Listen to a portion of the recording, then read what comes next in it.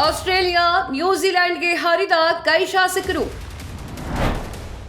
ಇಂದು ಮತ್ತಷ್ಟು ಶಾಸಕರು ವಿದೇಶಿ ಪ್ರಯಾಣ ಸಾಧ್ಯತೆ. ಅಧ್ಯಯನದ ನೆಪದಲ್ಲಿ ಕೊನೆಗೂ ಕೂಡ ಶಾಸಕರು ವಿದೇಶ ಪ್ರವಾಸಕ್ಕೆ ಮುಂದಾಗಿದ್ದಾರೆ. ಕಾಂಗ್ರೆಸ್ ಹೈಕಮಾಂಡ್ ಅಸಮಾಧಾನದ ನಡುವೆಯೂ ಕೂಡ ಸುಮಾರು 13 ಮಂದಿ ಶಾಸಕರು ಪರಿಷತ್ ಸದಸ್ಯರು ಆಸ್ಟ್ರೇಲಿಯಾ ನ್ಯೂಜಿಲೆಂಡ್ಗೆ ಹಾರಿದ್ದಾರೆ. ಮೊನ್ನೆ ರಾತ್ರಿಯಷ್ಟೇ ಬೆಂಗಳೂರು ಕೆಂಪೇಗೌಡ ಅಂತಾರಾಷ್ಟ್ರೀಯ ವಿಮಾನ ನಿಲ್ದಾಣದಿಂದ ಮಲೇಷಿಯಾ ಏರ್ಬಸ್ನ ಮೂಲಕ ಕೌಲಾಲಂಪುರಕ್ಕೆ ತೆರಳಿದ್ದಾರೆ. ಸುಮಾರು 22 ಶಾಸಕರ ಪ್ರಯಾಣ ಮಾಡಬೇಕಾಗಿತ್ತು. ಆದರೆ ಡಿಕೆ ಶಿವಕುಮಾರ್ ಹಾಗೂ ವರಿಷ್ಠರ ಭಯದಿಂದ ಹಿಂದೆ ಸರಿದಿದ್ದಾರೆ.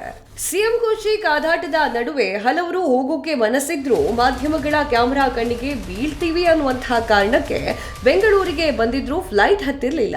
ಕೊನೆಯ ಕ್ಷಣದಲ್ಲಿ ಪ್ರವಾಸವನ್ನ ಮುಂದೂಡಿದ್ರು. ಅದರಲ್ಲಿ ರಾಘವೇಂದ್ರ ಹಿಟ್ನಾಳ್, ಹೊಸದುರ್ಗ ಗೋವಿಂದಪ್ಪ, ಚಳ್ಳಕೆರೆಯ ರಾಘಮೂರ್ತಿ, ಕೆ ವೆಂಕಟೇಶ್ ಸೇರಿದಂತೆ ಹಲವರು ಇದ್ರು. ಇಂದು 4-5 ಶಾಸಕರು ಕುಟುಂಬ ಸಮೇತ ಆಸ್ಟ್ರೇಲಿಯಾಕ್ಕೆ ತೆರಳಿದ್ದಾರೆ ಎನ್ನುವಂತಹ ಮಾಹಿತಿ ಹೊರಬಿದ್ದಿದೆ.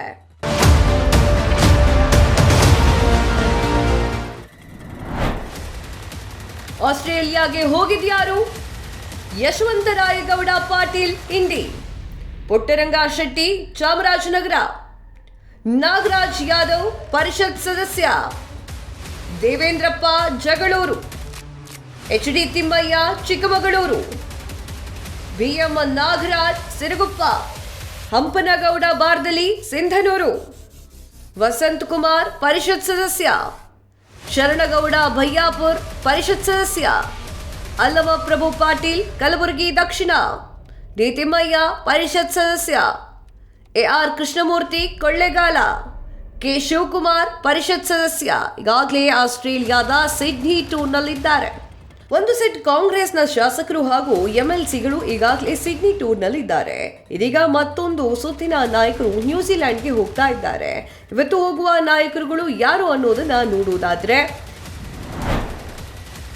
ಇಂದು ಪ್ರವಾಸಕ್ಕೆ ಹೋಗುವವರು ಯಾರು?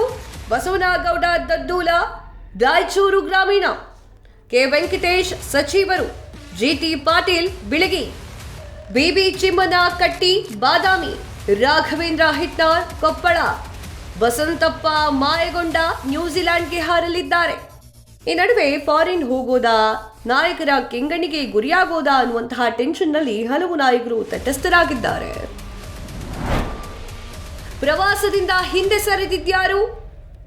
ಶಾಂತನಗೌಡ ಹೊನ್ನಾಳಿ, ಕೋನ್ರೆಡ್ಡಿ ನವಲಗುಂದ, ಗೋವಿಂದಪ್ಪ ಹೊಸದುರ್ಗ, ಟಿ ರಾಘಮೂರ್ತಿ ಚಳ್ಳಕೆರೆ, ಬಸನಗೌಡ ತುರುವಿಹಾಳ ಮಸ್ಕಿ ವಿದೇಶಕ್ಕೆ ಹೋಗೋದಾ ಬ್ಯಾಡ್ವಾ ಅಂತ ಹೇಳಿ ತಟಸ್ಥರಾಗಿದ್ದಾರೆ.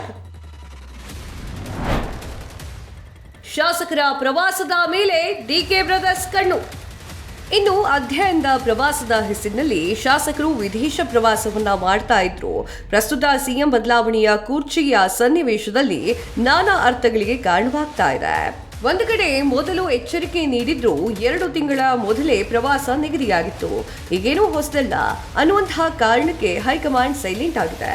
ಅತ್ತ ಅಧ್ಯಯನದ ಪ್ರವಾಸದ ಬಗ್ಗೆ ಮೊದಲೇ ಗೊತ್ತಿದ್ಕೊಂಡು ಡಿಕೆ ಬ್ರದರ್ಸ್ ಕೂಡ ತಟಸ್ಥರಾಗಿದ್ದಾರೆ.